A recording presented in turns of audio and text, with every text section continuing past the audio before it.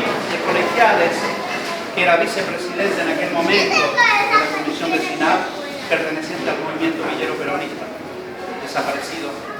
Al compañero Negrito de Lugano, de Formentero, que había desaparecido, compañero de la JP. Queremos recordar al compañero Oscarcito de Barrio Inmigrantes, militante también de la Juventud Peronista.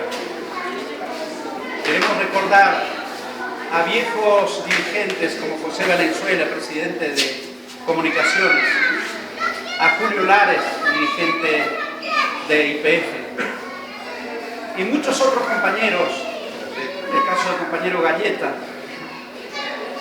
Caetano Alfaro, que fue secuestrado y muerto en Ciudadela.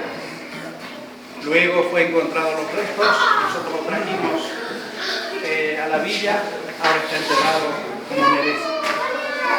¿Por qué no recordar a todos los compañeros que ya no están? Al compañero Torres, que era de Comunicaciones, pariente del general Juan José Torres, descendiente de bolivianos. Él es uno más de los desaparecidos. Y otro compañero, Guido, también boliviano de Güemes.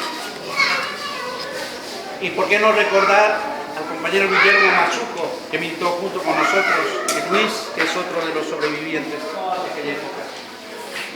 La novia y la compañera del compañero Galleta, la compañera Fátima, que nos está acompañando. Y Patricia Álvarez, que era la esposa de Guillermo. Y el hijo, los hijos... No vino Francisco, ¿no? Bueno. Y por qué no recordar también a los compañeros de Colegiales, a los padres de Juan Cabandier. Los conocí en la Unidad Básica La Simona en 3 oportunidades que nosotros fuimos a dar una charla del movimiento villero peronista. Eran jóvenes, 16 y 17 años. Habían sido secuestrados, el hijo de Juan Cabandier. Bueno, acá estamos, después de 40 años de lucha, después de 40 años. Nosotros, estas traiciones que sufrimos en estos últimos tiempos, hace poquito, desde el Congreso, lo hemos sufrido en el año 74. Cuando nosotros habíamos enfrentado al enemigo real de los villeros, muchos compañeros, cuando se divide la organización, algunos se fueron con la lealtad, nos han traicionado. Jamás hubiéramos pensado de algunos compañeros que nos traicionaron. A pesar de esa traición, nosotros en la línea dura de la organización continuamos. Tal es así que en una oportunidad mi responsable era Fernando, de acá de Comunicaciones. Queríamos hablar con la organización porque me habían traído un documento para salir del país. Entonces le pregunto al compañero de la organización qué pasaba con mi mujer y mi hijo, mis hijos, tenía 2 hijos, Ariel y Gustavo. Me dice, no, para vos solo. Entonces consulto con José Valenzuela y Julio Lares. Ellos me dicen, no podemos salir. Nosotros somos dirigentes, villeros. Si nos llega a pasar algo, por lo menos algún compañero villero nos va a recordar con un ramo de flores. Si nosotros nos vamos del país, nadie nos va a recordar. Eso lo dijo José Valenzuela y como lo tengo, ese recuerdo. Entonces pedimos una reunión con la organización. Aparece Rodolfo Bosch con un Citroën por acá. El encuentro fue acá en la esquina. Nosotros hicimos juramento, los 3 dirigentes villeros, de no dejar el país, de no irnos del país. Y acá estamos. Pero hemos sufrido esas traiciones, como en aquella época, ahora lo estamos viendo. Los compañeros que tienen una conciencia de lucha, yo creo que jamás van a traicionar a la causa, jamás van a traicionar esta lucha que muchos hermanos originarios desde Tupac Amaru empezaron. Creo que nosotros como pueblos originarios, a veces no ha habido ese reconocimiento de muchos hermanos morochos como yo, porque no ha llegado todavía el Pachacuti de Dios. Pero nosotros en familia estamos en esa lucha de las reivindicaciones de los pueblos originarios, en la cual hemos formado parte de esta lucha, en todos los sucesos, en todas las luchas.